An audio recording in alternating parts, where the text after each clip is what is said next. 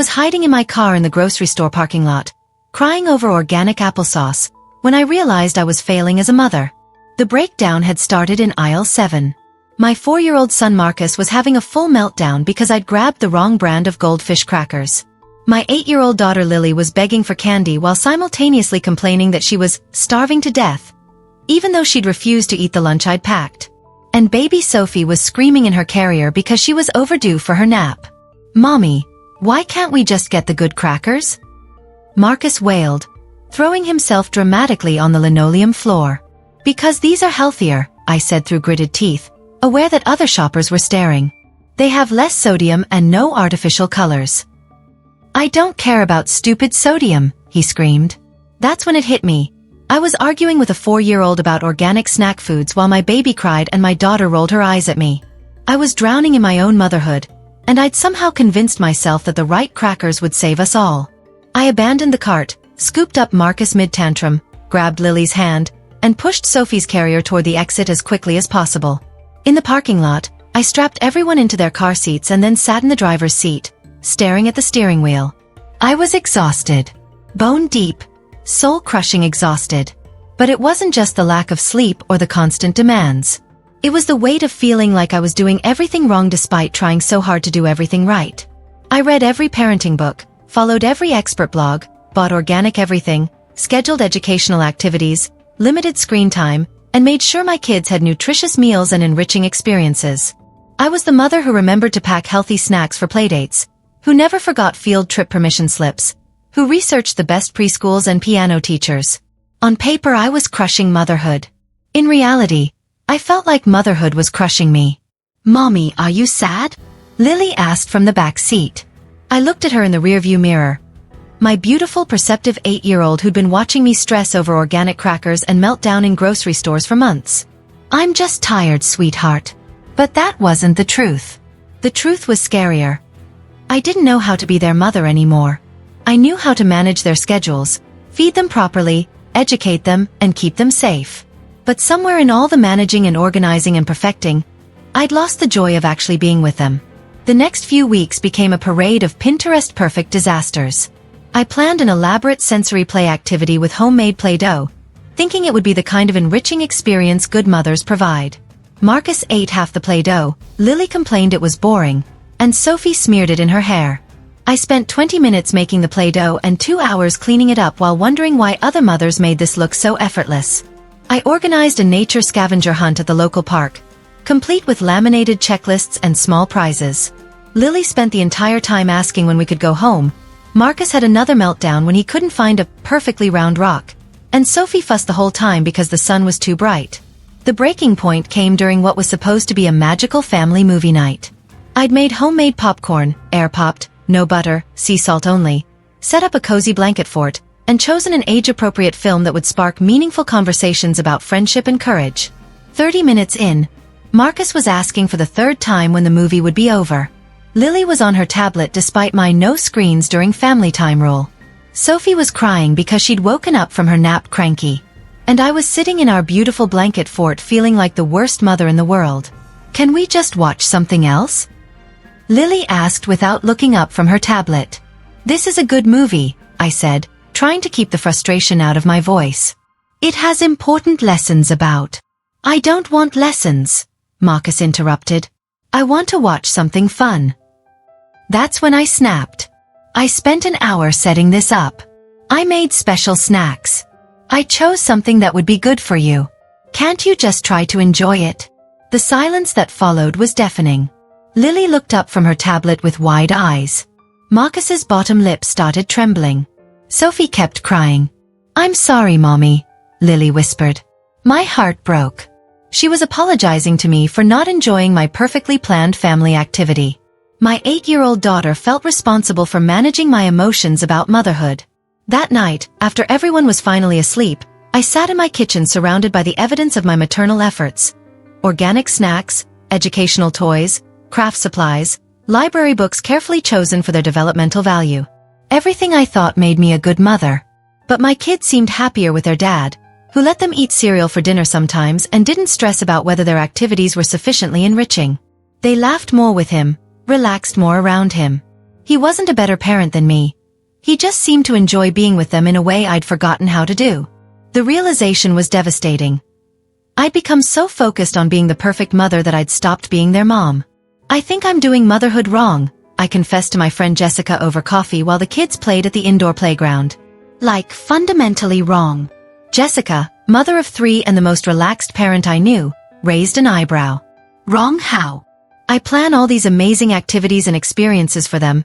I feed them the healthiest foods. I research the best everything, and they seem unhappy. With me, specifically. When's the last time you just hung out with them? Like, really hung out?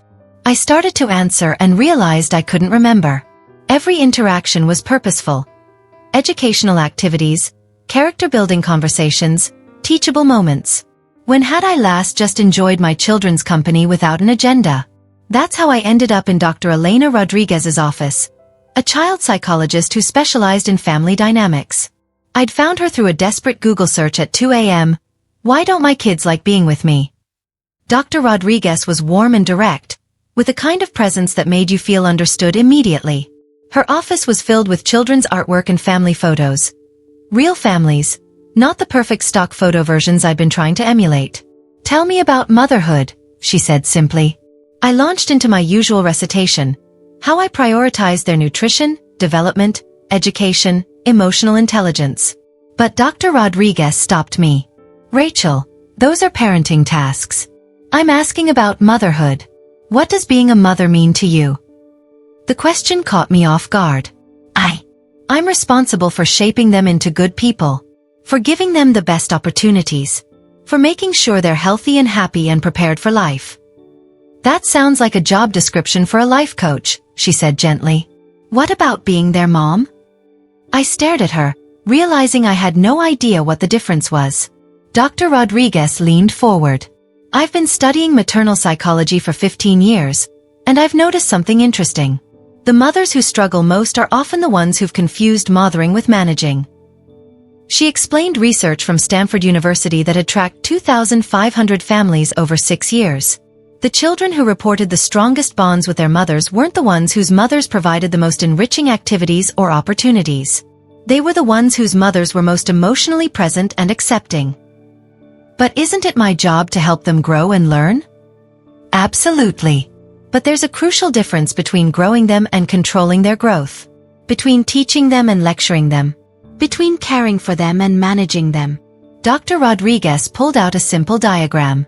Many modern mothers operate from what we call the cultivation model. They see themselves as gardeners responsible for carefully shaping every aspect of their child's development. But the research shows that children thrive more under the connection model, where mothers provide love, safety, and guidance while allowing children to be themselves. My stomach dropped as I recognized myself. I'm definitely the gardener. The cultivation model creates anxious mothers and stressed children. You're constantly evaluating whether you're doing enough, whether they're developing properly, whether every moment is sufficiently enriching.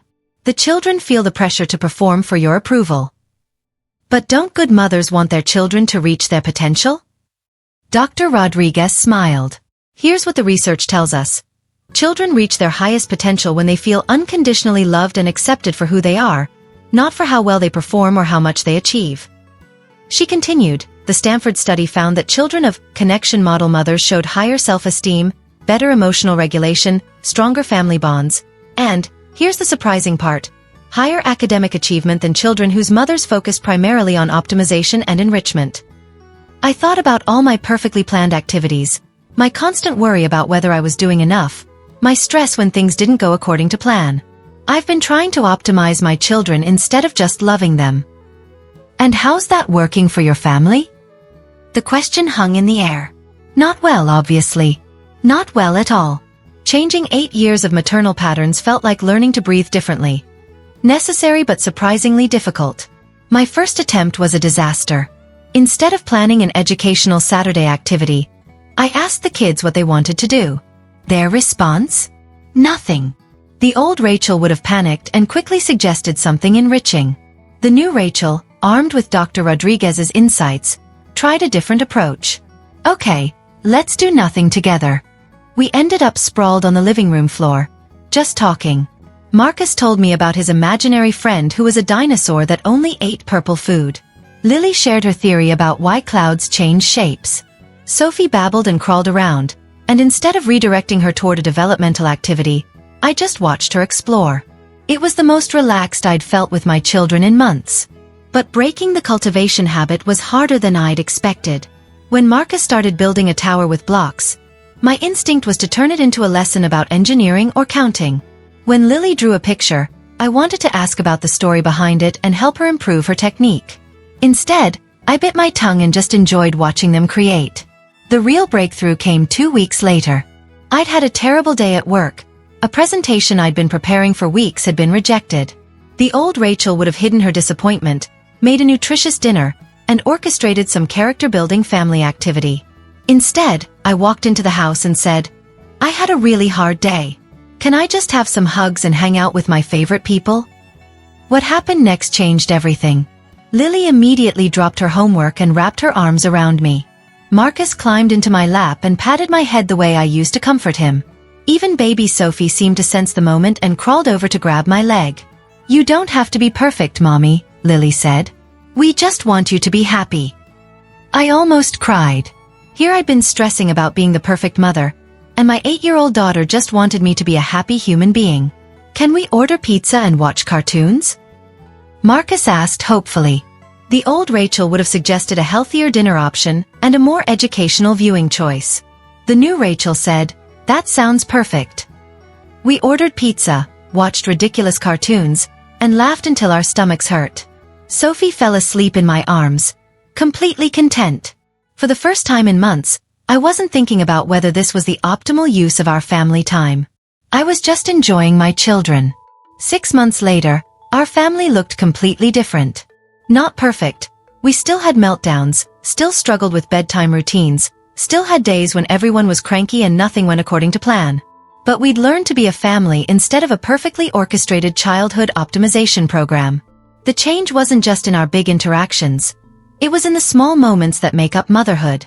Instead of every conversation being a teachable moment, we had actual conversations. Instead of every activity being educational, we had fun together. Instead of me constantly evaluating their development, I started simply enjoying their personalities. Marcus stopped having as many tantrums when I stopped trying to control every aspect of his experience. Lily started coming to me with her problems instead of trying to handle everything herself. Sophie became a happier baby when I stopped stressing about whether she was hitting every developmental milestone exactly on time. The most profound change was in my relationship with each of them. I began to see them as people, not projects. Marcus wasn't a child who needed to learn emotional regulation. He was a funny, creative little boy who felt things deeply. Lily wasn't a student who needed constant intellectual stimulation. She was a thoughtful, sensitive girl who loved stories and dreamed big dreams. One evening, as we built a blanket fort together, not for any educational purpose, just because it sounded fun, Lily said something that summarized our transformation perfectly. "Mommy, you're more fun now." "More fun than what?" I asked, though I suspected I knew. "More fun than when you were trying so hard to be a good mommy." She was right. When I'd been focused on being the perfect mother, I'd forgotten to be myself with my children. I'd been so worried about their development that I'd stopped developing our relationship. Dr. Rodriguez had been right about the ripple effects. When I stopped over-managing, the kids became more independent. When I started being authentic about my own feelings, they felt safer sharing theirs. When I stopped treating every moment as a potential lesson, they started learning more naturally. The most surprising discovery was how much more myself I felt as a mother. For years, I thought being a good mom meant sacrificing my own personality and preferences to focus entirely on theirs. But the research Dr. Rodriguez shared showed the opposite. Children thrive when they have mothers who are fully themselves. Authentic mothers raise authentic children, she told me during one of our sessions. When you're genuinely yourself, emotions, imperfections, humanity and all, you give your children permission to be genuinely themselves too. Looking back now, I realized that my motherhood wasn't failing because I didn't love my children enough. It was struggling because I'd forgotten how to be myself with them. I'd been so busy being the perfect mother that I'd stopped being Rachel, and my children had been missing their actual mom. The night I knew our family had healed was different from the night I realized it was broken. This time, I was reading bedtime stories. But instead of choosing books with educational value, I was reading silly stories that made us all laugh. Marcus was snuggled against my left side, Lily was curled up on my right, and Sophie was babbling happily in her crib nearby. "Mommy," Marcus said sleepily, "I like it when you're not worried all the time." "What do you mean, buddy?" "Before, you were always thinking about stuff. Now you just think about us." He was right. I'd stopped thinking about whether I was being a good enough mother and started simply being present with my children. I'd stopped optimizing their childhood and started enjoying it with them. "I love you guys," I said, and meant it in a way that felt different from before. Less desperate, more genuine. "We love you too, Mommy," Lily whispered. "Just the way you are." As I tucked them in that night, I thought about all the mothers out there who might be struggling the way I had, who love their children fiercely but have gotten lost in the pressure to be perfect. I thought about the research Dr. Rodriguez had shared, about the thousands of families who had learned that connection trumps cultivation every time. The truth is, saving my motherhood didn't require learning to love my children more. It required learning to be myself with them more. It required understanding that being a mother isn't about perfecting my children. It's about being present with them as they discover who they're meant to be. Today, when other mothers ask me for parenting advice, I tell them this: stop trying to be the perfect mother. Start trying to be a real person who happens to be raising children. Stop trying to optimize your children's childhood. Start trying to enjoy it with them. Stop cultivating them like projects. Start connecting with them as people. Because here's what I learned. Motherhood isn't about raising perfect children. It's about imperfect people loving each other perfectly. And that makes all the difference in the world. If you're reading this and recognizing yourself in my story, please know this. Your children don't need you to be perfect. They need you to be present. They don't need you to have all the answers.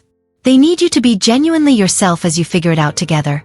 The research is clear, the path is proven, and the transformation is possible. You just have to be brave enough to stop trying to be the perfect mother and start trying to be their real mom. Trust me, real is so much better than perfect.